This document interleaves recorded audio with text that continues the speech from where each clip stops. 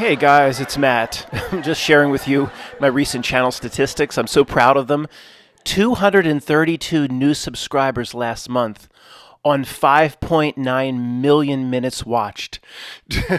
232 new subscribers on almost 300,000 total views.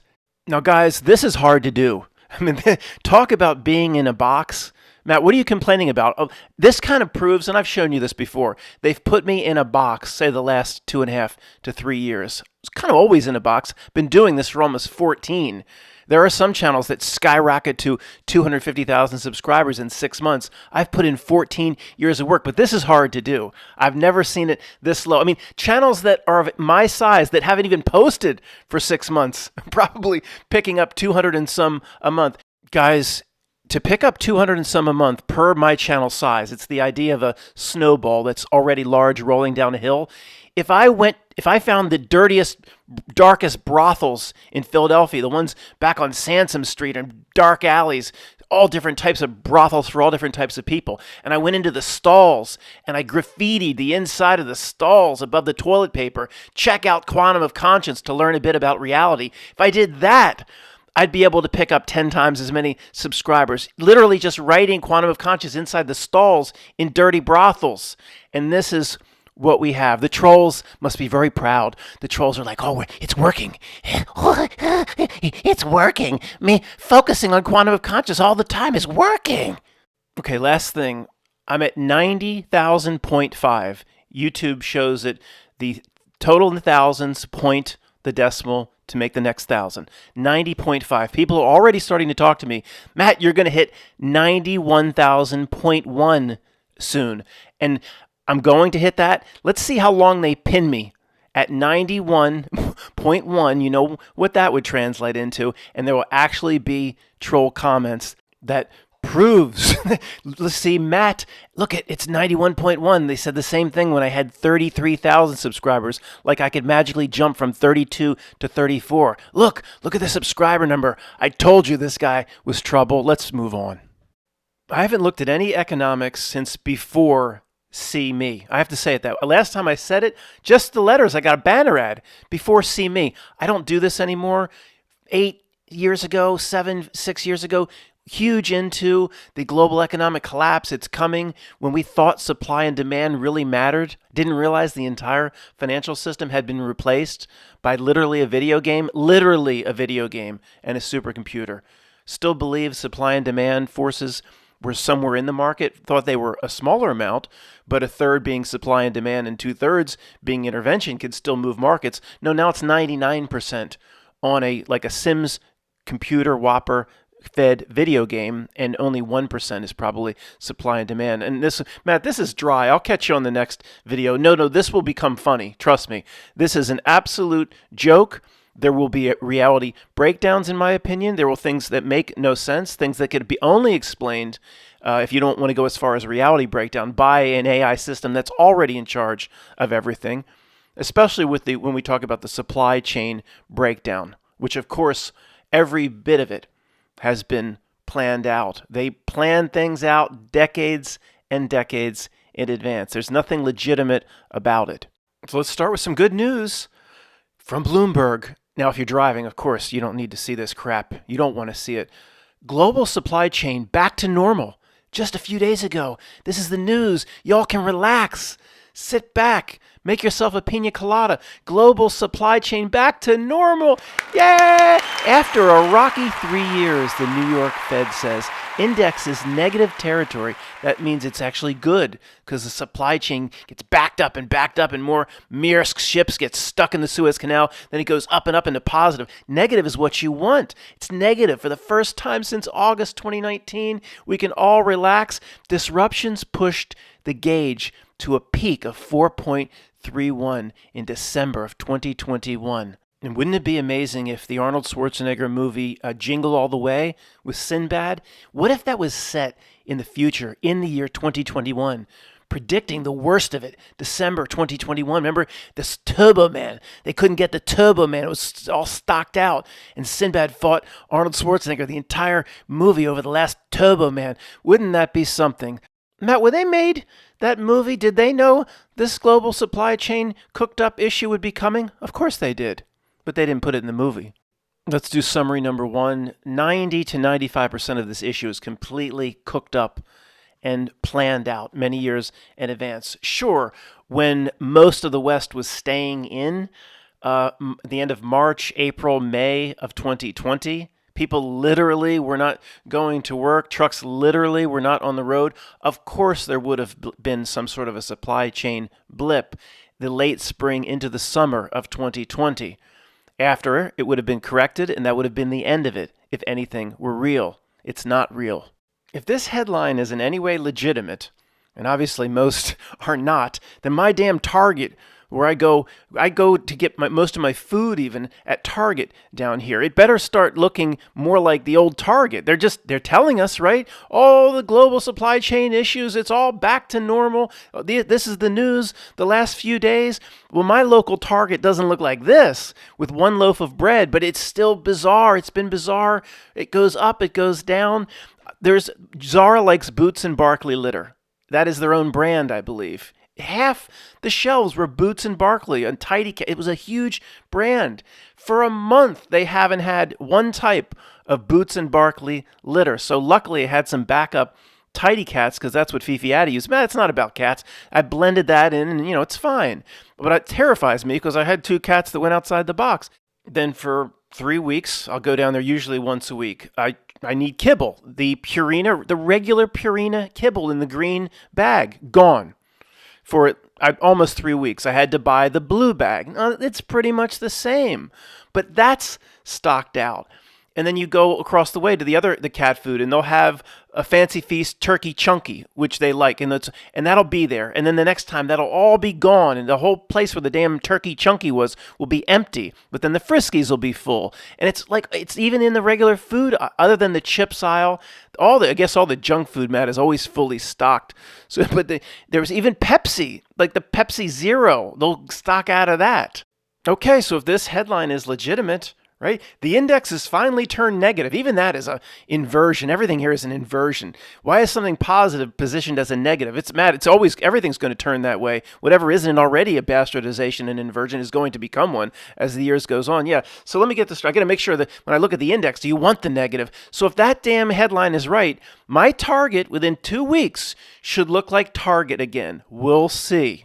And one last time, guys, I want to be crystal clear. I'm showing the pictures of the empty, just pulled up for thumbnails, empty shelves. My Target never looked like this, never. But it's just strange things. You'll go to get, I like these things called mandu dumplings.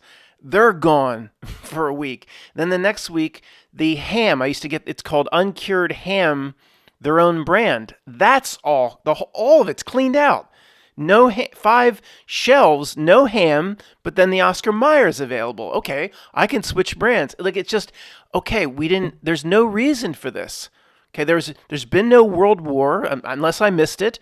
It's not 1975 and an oil embargo can cause this huge ripple because everything's being done on pad and paper and calculators. It's not, there's no reason for this sort of thing. It's all by design.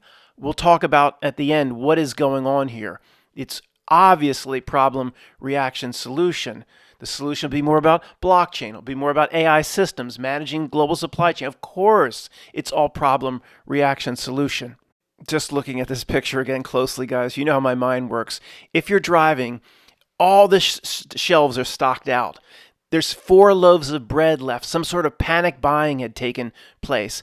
And there's a woman who has her hand on one of the last 4 loaves left. And it's like she's not even... The point, guys, is this brand of bread is so bad. How would you like to be the CEO of this brand of bread?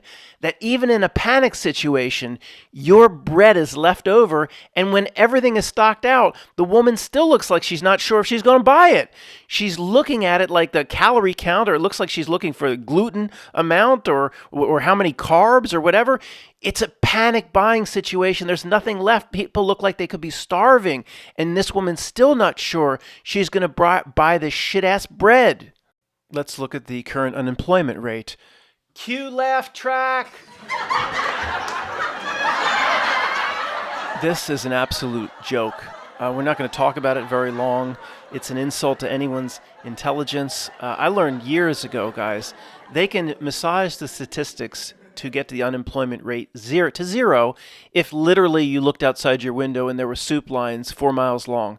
They can massage the statistics to get any number that they want. And real quick, just an example as to how this is done, and they do it in so many different ways. If you were a plant manager at building whatever in the United States, I know we don't build anything, let's just go with it. And you were a plant manager over 100 people, and you had responsibilities, you made $150,000, and then the whole plant closed down, and they sent it off to Tijuana, to TJ, and then you're unemployed. But you could take that job down the street at Wendy's, and then you tell them I could have taken the Wendy's job. I just see your skill set, your entire employment history is plant manager, certain types of manufacturing and logistics. Oh, we're not going to count you as unemployed. They're experts at not counting. Oh, you could have taken this job, or they'll call you voluntarily unemployed. So you're not really unemployed, even though the factory just laid everybody off. They massage it in every which way to get whatever number they want. And they've been this is nothing new because of See the Me or anything like. They've been doing this for 20 years. And again, in this example, the plant manager, you could have gone down the street and worked at Wendy's, and because you turned it down, you're not unemployed because you could be working. Or they do it to a farmer. A certain thing happens to a certain crop. Or China dumps whatever product and puts somebody out of business, and it was their company. Oh, you're not unemployed. It's not. It's just to be unemployed, you have to be laid off from a corporation, but your whole farm is under, or your whole little fabrication plant is under, and you're the owner. Oh, you're not unemployed. You were the proprietor. It's okay. They play these games, and it's a joke. The real unemployment rate, especially now, is probably 15%. If you count it the way any first grader or anyone with a degree of common sense in elementary school would count it. Maybe, because of all the influx of money and the trillions of dollars printed up off books, okay, maybe a little less. I don't watch the news. I don't follow this finance stuff anymore, but it certainly isn't 3.5, 3.6. It's maybe 10 to 12%. But either way, don't ever consider an unemployment number to mean anything. All right, let's look at this article from the Harvard Business Review. Ooh, wow, that's impressive. Operations and Supply Chain Management, 5 Lessons from Automakers on Navigating Supply Chain Disruptions by Daryl Rigby, Hernan Sains, and Peter Matt, how are you going to interpret the world economy? You can't even read the names. I can't. But the 3 people that wrote this, their mother must be very proud. Guys, I'm doing this on the fly. Again, I can't sit down and do 5 hours of research and be like, there's no real video there. I know there'll be comedy in the way the Not Milk system presents the economy, so we just jump into it together. I have no idea what this is going to say. I've heard little bits and pieces about this. Oh, it's the chips. There's a chip shortage, and that led to auto manufacturers suffering. And when Pam was getting she wanted to use Subaru whatever, because she goes camping with her friends, whatever, needs 4-wheel drive. It was a Subaru Outlander, something like that. Is that a TV show or a car? They were all stocked out, and she had to look at used, and then the Subaru, even the used were going, and she had to drive up here, and it was all stocked out, and in the middle of what should be a complete meltdown of the economy, it became a seller's market for like a year and a half. The whole thing makes no friggin' sense. The first paragraph, as the frequency and magnitude of supply chain disruptions continue to grow, this is, say, 6 months ago written, guys, it would be understandable if business leaders' first instinct is to respond by trying to correct every single flaw or mistake, no matter what it takes, so each disruption never happens again. But it's becoming increasingly clear that a 100% resilient supply chain is unattainable. Hold your hands out. Unattainable. That's what they're going to push on you. Rather, that's if you humans continue to manage it. Our AI systems will take care of it. Rather, pragmatism, whatever that means, and adaptability are proving far more effective. Okay, we do a whole video just on this paragraph. The number of products and choices For each product segment, the number of shades of lipstick in the magenta or even off the magenta, whatever it is, it's unnatural. It's not even possible. I was going to say it's not sustainable. It's not possible. I don't even think it could have gotten to that level of choices. If you went uncured ham, there's 3 different types of uncured ham, for example.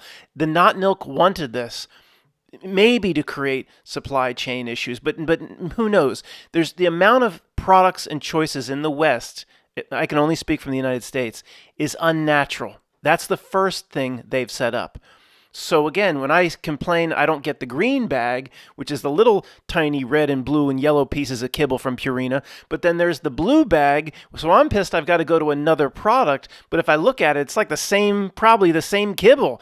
It's like Lucky Stars, it's just shaped into different moons, green clovers, and blue diamonds. It's probably the same shit that comes out of the same vat.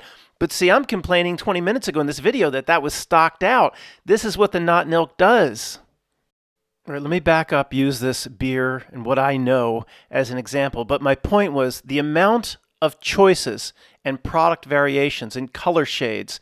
And you can get kibble for kittens and this for older cats and this for hairball cats. And the number of products is not natural and normal. Am I going to go as far as say it's a complete reality breakdown? No, but it's the Not Milk has created this as part of 2020 to 2023, maybe 2010 up, modern society. Bono says in the song New York, in New York, freedom looks like too many choices. Too many choices. So when you have, it's not sustainable in any segment, in my opinion. Somehow the Not Milk sustains all of these product variations and choices. I know I'm probably a little bit hard to follow right now. Let's just present some examples and see if I can get this out or present this the way I want to present it. I go to Exton Beverage, this beer store up here on Route 30, and you go in every single type of microbrew. I don't know how many hundreds and hundreds and hundreds of different types of IPAs and stouts and craft ales. And I remember saying to the person that works up there, like 3 or 4 years ago, maybe even more, that this must be the peak of craft brewing because all these little independent brewers, it's not sustainable. Even in a booming economy, it's not sustainable. And we were kind of agreeing, the person at the counter, like saying, yeah, a couple years from now, maybe 20% of these will all go away. You have there, and not just the ones on the shelves. I'm looking at the picture here, like Dogfish Head is a really good brand, and I can't really see because it's too small. I think Magic Hat is there. These are major brewers that are shipping into 20 to 30 to 40 states. You have all these little brew pubs going up that are completely local, competing with this. So 4 or 5 years ago, even before C the V, and I know this is kind of a bad example because somebody's throwing rubber ducky saying, Matt, everybody's so damn depressed now, they're putting down 10 times the amount of high alcohol beer that they did years ago. Okay, bad example, but even so, it's still unsustainable. You go into a beer distributor, just 25 years ago, you get Miller, you get Pabst, you get Budweiser, and there was a light version, and there was a few imports like Heineken. They had 1/10 the amount of brands just 15 years ago than they have today. And one would think, okay, all this brew pub, Matt, was a craze, and they all popped up, but see, especially because of what was a real ripple in the economy. They'll say nothing happened. I don't care what the Dow Jones is. I have no idea where the Dow Jones is. I don't care what the unemployment rate is. C the V had to cause a ripple when people stayed home for 8 months. Okay, Ticketmaster, nobody went to a concert. This money multiplier effect of nobody going out doing anything had to hurt someone.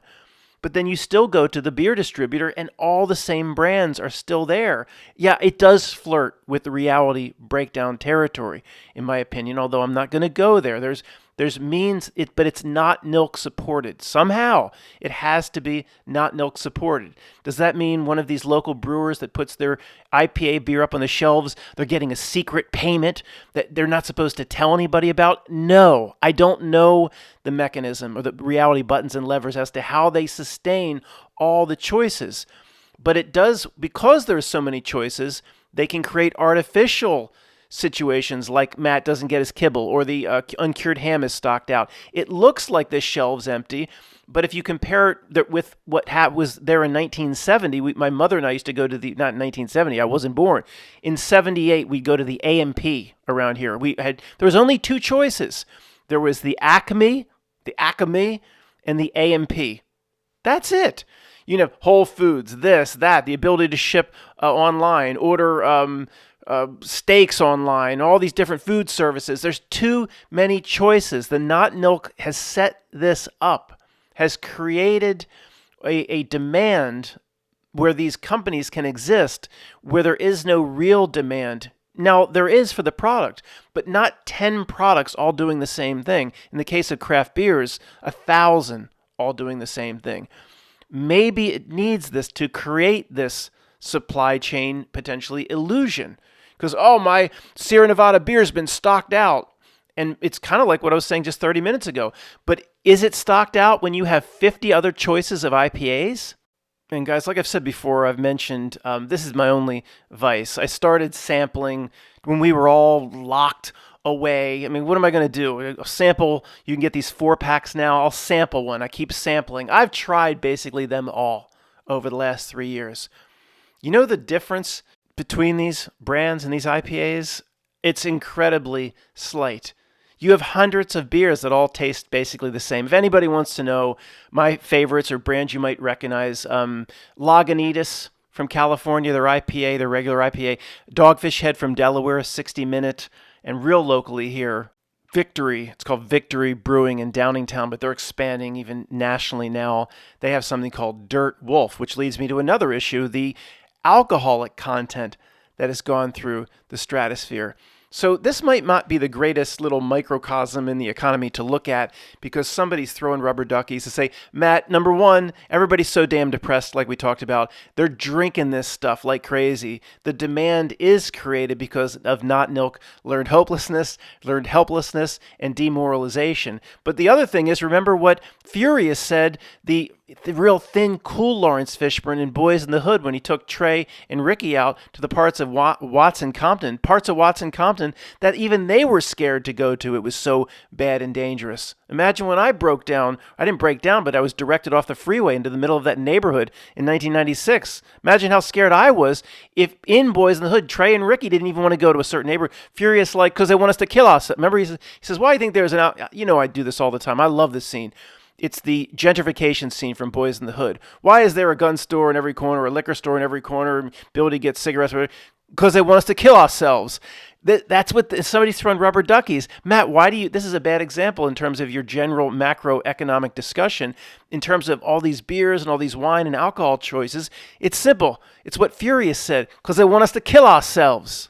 Okay, in one sense, this might be a bad example, but remember the basics here. The entire West presents, and it's all not milk planned, in my opinion, or supported.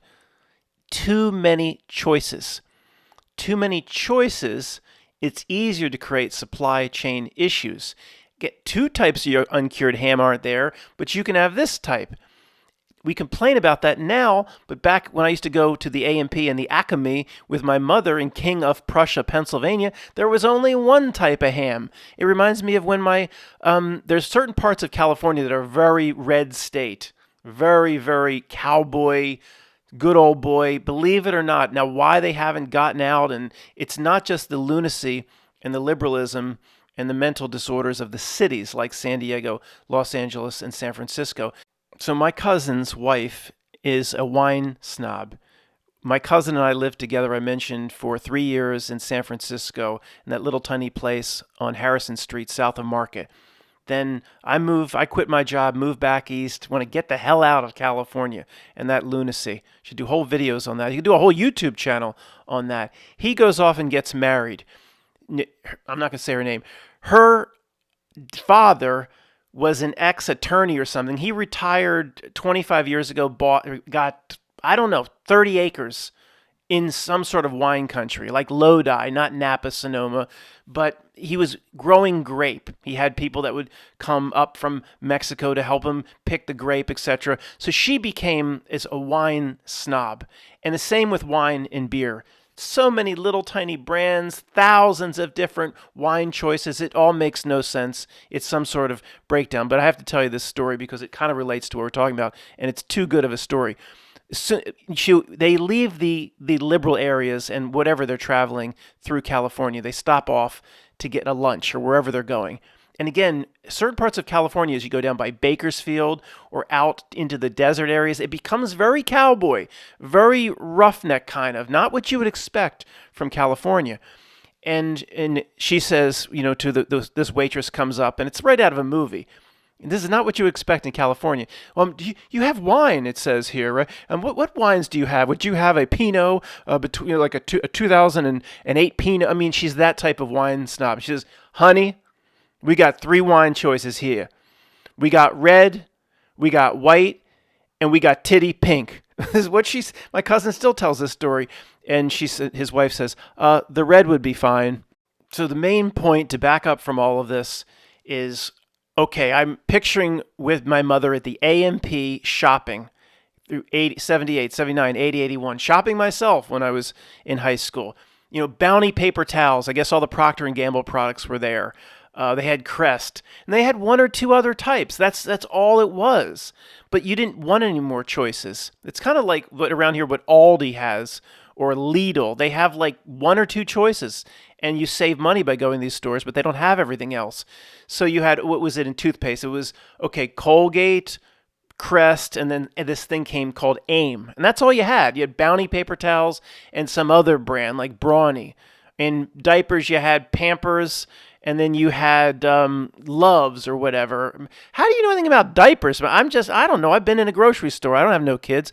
You had 2 choices, and sometimes there was a generic brand. 3, that was plenty.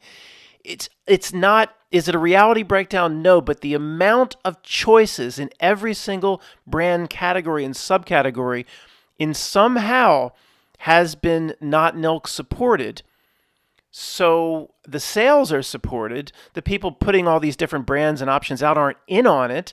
It's what the not milk wants, and it has facilitated what the not milk wants in terms of these supply disruptions. Matt, you're not saying they did all these choices were artificially supported for 25 years because of a supply issue. No. Of course, I'm only tapping into one little thing of its evil genius is beyond our understanding. I was thinking again about this song on All That You Can't Leave Behind by U2 because we looked at the album recently. There's a song on it called New York I mentioned 10 minutes back. One of the key lines in the song called New York, "In New York, freedom looks like too many choices." Now, the whole album, I'll get back to the point in a moment, guys, but we've looked at this album recently. The whole album, which was put out about 9 months before the big day when the 7-Eleven job application was submitted, 9 months. The whole album is very quietly and subtly about the big event that would be coming, in my opinion. But it's very, very subtle. I'm not going to jump into that. We've talked about that in the past. Remember, he says the word New York. He says it so many times in the song New York, I started to count them. And I thought it'd be like 19 times, and it's like, yep, 33 times he says the word New York in the song New York. But the key is, I thought was interesting here, in New York, freedom, the definition of freedom, these creeps are saying to you proles, the definition of freedom that we will give you great unwashed is, see how many choices you have? See how many choices of hot dog you have? That's freedom. Don't ask for anything more, you proles. And that led me to this. Somebody informed me that Bono was at the State of the Union address, what was it, a month and a half ago. And I started looking at some pictures. The one dress pictured here in the image, what color, if you're driving, do you think it is? I'll give you 2 guesses. You're only going to need one. Everybody's in black and blue. One magenta dress popping up in every image when the camera focuses on Bono. I have no idea why he was there at the State of the Union. In fact, I was surprised he was even seated. You would think when the camera panned up at him, he would be hanging upside down like a vampire bat. Oh, God, look at him if you can. If you're not eating, look at him. If somebody came to me, this is a serious question, and said, Matt, you have to spend a weekend with either Bono of U2 or Shaq. You spend a weekend together, you eat together, you go out together, you book yourselves into the room together, you share a hotel room? I have no idea. It's one of the hardest questions ever posed to me. What you want to talk about the definition, the very definition of the lesser of two evils. So many Bono tabs open, I forgot what we were doing. Oh yeah, the global supply chain issue, serious economic conversation. Let's continue with our Harvard Review article. Here are 5 actions for executives to consider as they craft the resilient strategy that's right for their company. Number 1, deliver the, quote, good enough product. Okay, doing this together. Some auto companies are avoiding shipping delays by adjusting or even eliminating non-essential features or components. Their calculus is that after all the supply issues of the past few years, customers are more willing to accept a product that doesn't give them everything they want. What? What happened to the customer is always right? Every business school taught every young person for 100 years the customer is always right. You have to meet the demands of the customer. You have to actually get ahead of what the customer wants and have it ready before they're... Now it says you don't have to give them what they want. It's like a complete merger of the customer is always right and the Caddyshack. What did he say to Spalding? You'll get nothing and like it. Judge Smale said to Spalding, Spalding says, I want to play tennis, Grandpa. No, you're not, Spalding. You'll play golf today. I want a hot dog. I want a hamburger. I want French. You'll get nothing and like it. Oh my God, that's what the Harvard Review is saying now. Businesses and large corporations, this is going literally right down to Soylent Green. You don't get all these different flavors of chunky soup. On Tuesday, you get the blue wafer. On Wednesday, you get the Soylent Green wafer. That's what the Harvard Review, in a very subtle way, is saying. Forget all the choices of what Bono said, what freedom looks like. You're going to get what they're willing to give you. You'll get nothing, Spalding, and like it. Well, I wanted a cranberry red exterior shell, and I want the black leather, and I want this feature. No, you'll get what we have on the lot. You have to have the backup camera by law. Take it or leave it, or get off my lot. Okay, Harvard, not giving the customer what they want? Let's continue. This is new to me. Automakers, including General Motors, have removed driver assistance systems and other features that rely on unavailable computer chips. That must be very good for Tesla. As the chip shortages ease that were completely cooked up to begin with, there's an open question about when automakers will reverse these decisions. For example, if an analog control panel is cheaper than a digital one and customers don't mind analog, does it make sense to switch back? Weighing computer preferences, the competitive landscape, and supply availability will guide companies to the right answer, both in the short and long term. Well, this must have been written by a real human, because that's just not possible. They will always, do you want analog because it's cheaper or what we need to do? No, this not-milk society, which wants to merge you with an AI system, and you will literally go into a metaverse and not even understand you've walked into it someday. It will always move everything towards the digital whenever it possibly can. We know that. It will never, ever move the pendulum back towards the analog or back towards things that are more natural or normal. Never. I told you about the airbag recall notices I was getting. Talked about this about a year ago. It's down. I mean, I get one like every 3 or 4 months. I was getting, 15, 16, 17, 18 notices a year for several years. And of course, it had nothing to do. I've been over this with enough people. I saw your comments. Of course, it has nothing to do with them caring about me. They don't give a crap if a piece of shrapnel flies up my nose. It's all about upgrading the car, getting the proper chip in there, or something that can be better tracked and traced. And I'm sure in 2008 Scion XB, it probably already can be tracked and traced, but not as good. This AI system or whatever this not-milk is kind of plugged into now in terms of artificial intelligence, it craves the highest level of digital, the highest level of surveillance. It's not satisfied.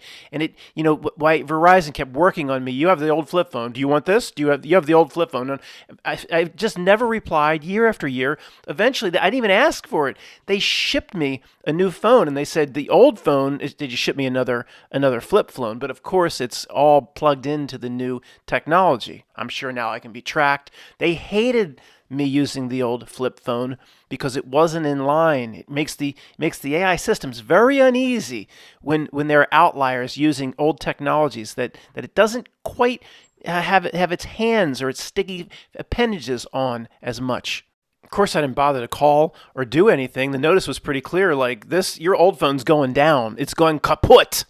You know, if you want to keep having a phone, you have to switch over to this one. You have 30 days left. It gets back to that same sentence in the bottom of the first paragraph, willing to accept a product that doesn't give them everything they want. I wanted to use the old phone. They said, no, you're going to use what we say you're going to use, or you'll get nothing and like it.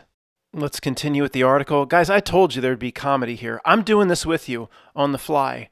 It has to be a comedy, the way it's laying its ridiculous trick down on the populations today. It can't be anything other than funny to us. I had no idea it would be here. I have no idea what I'm about to read now. Number 2 from the Harvard Review. Develop better monitoring systems. Develop better monitoring systems.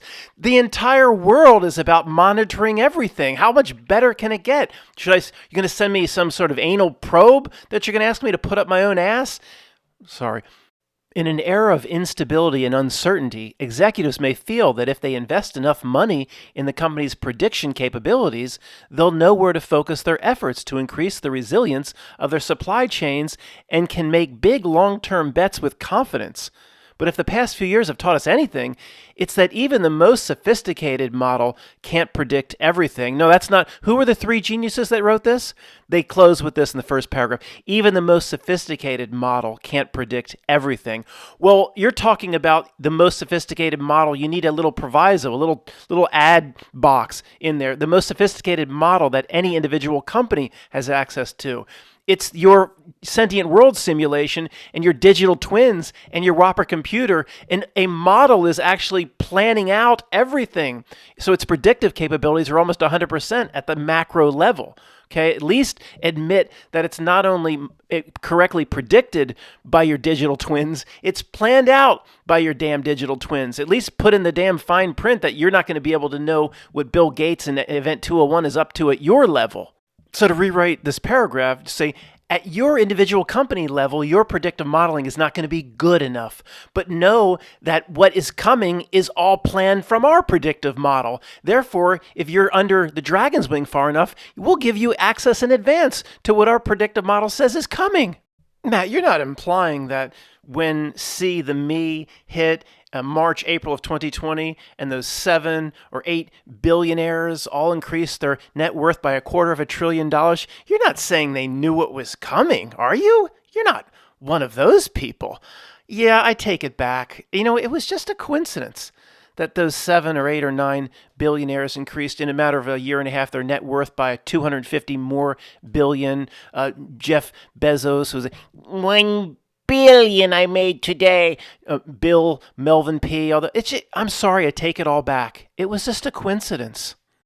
Okay, guys, the next segments didn't work. It's all removed from this video. I read ahead. It was just one paragraph of complete, utter nonsense and mumbo jumbo from the Harvard Review after another.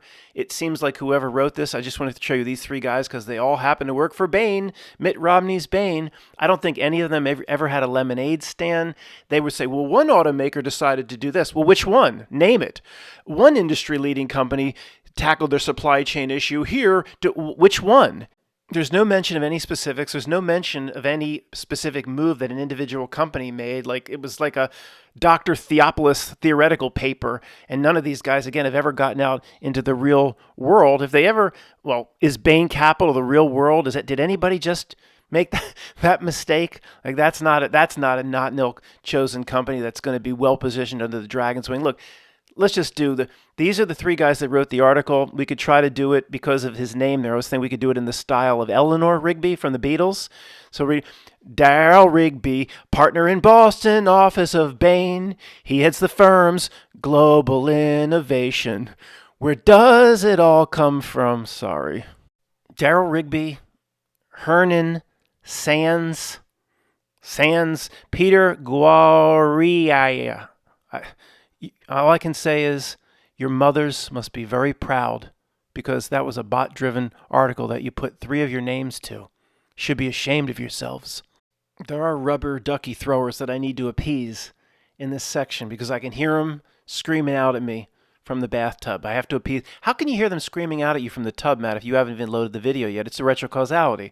I'll load the video. It'll ripple. It's rippling back through time. I haven't even loaded the video yet. I can hear them screaming. Okay, call it a retrocausality. Call it what you want. I need to appease these people because they're screaming at me saying, Matt, if the root or heart of the global supply problem comes from a chip, or a single chip, where does the chips come from?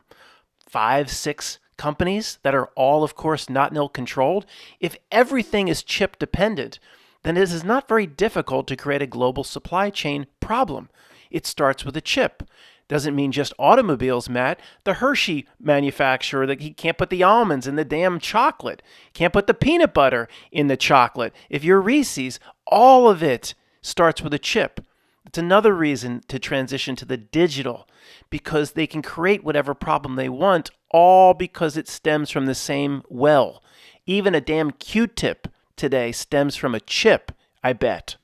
Damn apple growers, small apple growers must drive this not-milk system mad. Not Arthur Daniels Midland, who's right under the dragon's wing with Monsanto and Cargill and everybody else.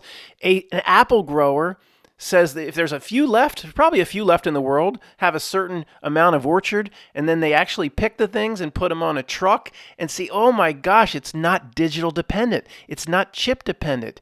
The not-nil can't quite get in there and intervene if some people still set up at farm stands. Oh, it hates that. It absolutely hates that.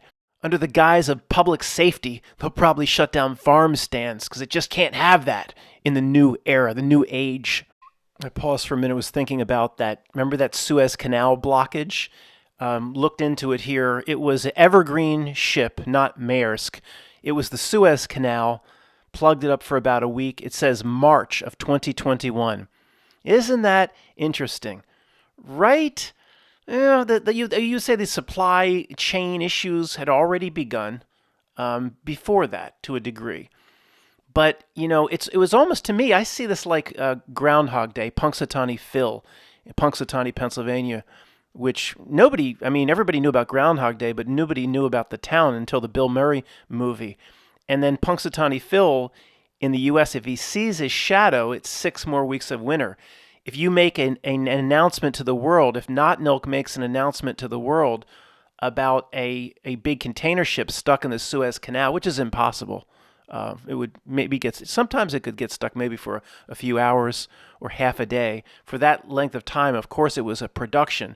That's like Punxsutawney Phil announcing to the world 6 more weeks of winter, or announcing that if you can't get an email, if you're under you could recognize this if you're in certain Eyes Wide Shut parties, like the way Forrest Gump in the movie got a letter that Lieutenant Dan had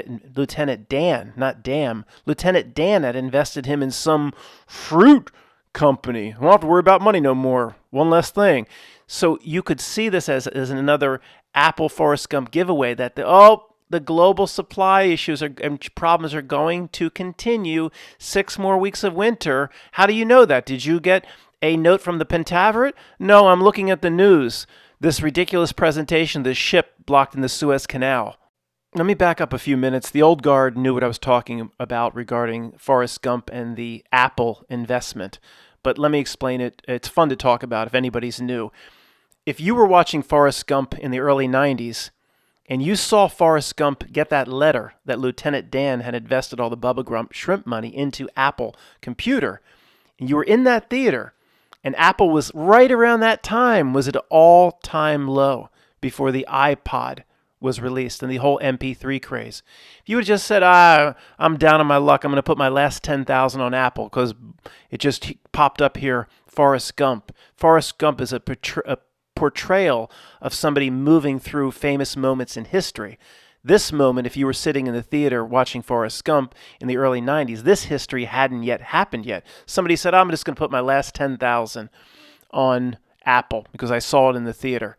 That 10,000 would have gone to, I don't know, $5-6 million today if you just let it ride. Just so being, Apple was pretty much at its all-time low when this movie. Matt, you You don't think that you're not one of these crazies that would say a coincidence like that was planned and plotted. Of course, that's what I'm saying.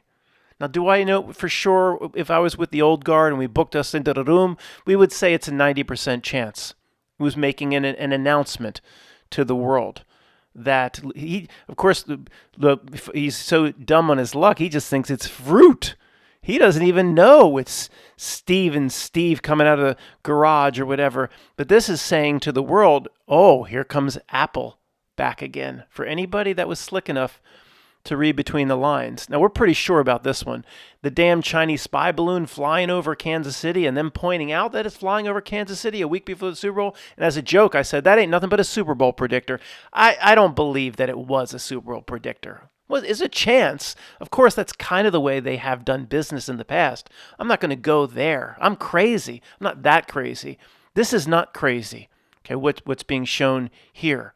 That the scene in Forrest Gump, of course, this is supposed to be the first time they came out of the garage, not modern times. Forrest Gump, when he's getting the letter from Apple, I don't know, would it be 78 or 81 or whatever it is? But then a repeat of that. And I'm sure, the people in the Pentaveret, they would know anyway, but the people that are the sons and daughters of the nephews that are in the Pentaveret that were in the movie theater, like, hey, my uncle is involved in this. That's a freaking sign. Let's put as much money as we can into Apple in 1992 or whenever this movie came out, 93 or 94.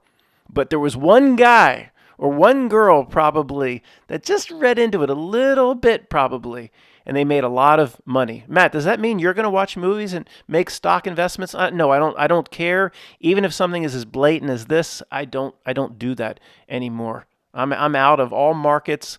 I'm at the point in my life. As an older geriatric individual, I am in the phase of my life where I'm cutting ties with it. I don't care what is an obvious stock pick or how to make money in this. I don't give a shit. As long as I can put my sweatshirt on and feed my damn cats.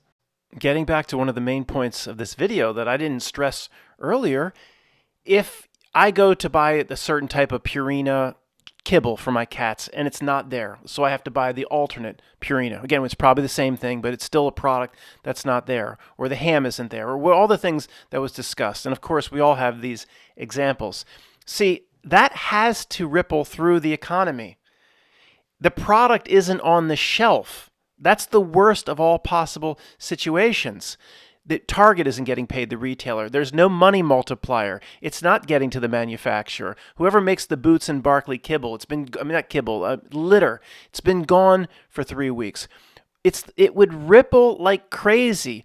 It would be the economic numbers would be horrible across the board because we've all gone to stores. And again, like I said, the Target shelves are 90% full, but 10% empty is very strange to somebody that's living in the United States. Even again, back in the 70s and 80s, they didn't have as many choices, but the shelves have always been full for as long as someone like me has been alive.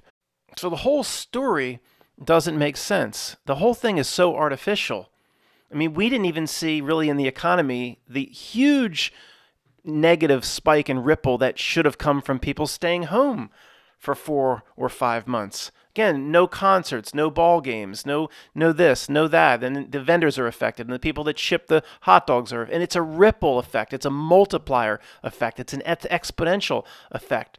That alone, I mean, I know the stock markets, when in March and April of 2020, it was down 1,000, it was down 1,000. I know, but it very quickly just went back up. That's not possible in an economy that's not completely artificial. And even if there was a degree of recovery, whatever, these certain products that are just not there for 2 weeks, the ripple effect, the person has to drive a truck to get the product out. There's nothing to drive. The person then doesn't have to fill their gas tank. Then this, and it just ripples because the economy is set up in a certain way. The money multiplier, if you take certain products off the shelves, even for a few weeks here and a few weeks there, the multiplier of that per the entire Western economy gets enormous. There's no way they can then say, 3.54% unemployment, and this is doing great, and this is doing fine. And what they've basically, I don't know what's happening now. I know housing was booming, and then I hear one or two things as I'm walking by a TV that it's down. I have no idea. But basically what they did to us in 2020 with nobody going out, no cruise ship for 8 months, nobody taking a vacation. Absolutely should have been 1929, the Great Depression, times two, because of all the just-in-time systems and how everybody's economy is dependent on everything else, and LIBOR, and the banks lend to each other. It proves it should have been 1929. You can't.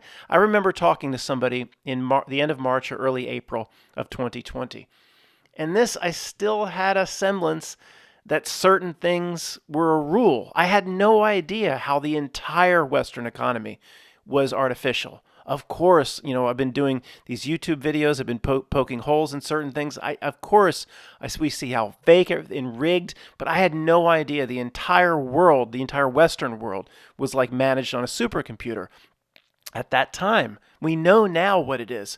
I remember talking to somebody saying, well, how, the market's going down 500 points a day, but how long can they keep us at home where the whole thing doesn't just melt down into literally 1929 times 10? I said, we've been stuck at home now for 3 weeks. If they stick us at home for 3 or 4 more weeks, that's it. The whole world economy is so dependent on everything else. It will all melt down. I didn't, and then if it goes another month, it's going to be scenes from the movie The Road with the humongous and Mad Max and all that. So, I had no idea that it was completely 100% artificial. And even if real companies are making real things, none of these names we know went out of business. I believe 100 of them did go out of business, but you would never know because they got the injection they needed. They got the Fed injection or Treasury injection off books. Nobody would ever know. Even if Ford Motor Company got it, I always use that example. I keep remembering using that example. If they got the injection because they've now gone belly up, they can't turn the lights on in the morning. So from the Fed, they just create it on a supercomputer, on a keyboard. It's probably done all automated. I don't think anybody even types the number. But they create $300 million out of the air and give it to Ford, $300 million, so it can turn its lights on and get through the week until its payments and balance of payments can come in or whatever. So it's just they got an injection where if things worked the way your business school says they worked, they would have gone out of business. They would have gone under. But they got the injection. Nobody knew about the injection. The injection was off books. The company stays open. And there's probably only 3 or 4 people at the whole company that even knew they got the injection. Why does anybody need to know? The workers come in. They don't know. The lights go on. The factory starts up again, or whatever they do here in the United States that hasn't been shipped to TJ or Juarez. They wouldn't know. This is how they keep this going. The most amazing thing about it, like we've talked about in the past, is how they've kept the inflation as low as they have. And I know it's bad and it hurts all around, but there's been so much money injected, in my opinion, that it's conceivable an apple or an orange, one, would be $2 today. Mad and Onion almost is that, okay, but it would be. It's almost amazing how they have kept it where. I have some ideas how they've done that, but we'll talk about that some other time. Thanks for listening, guys.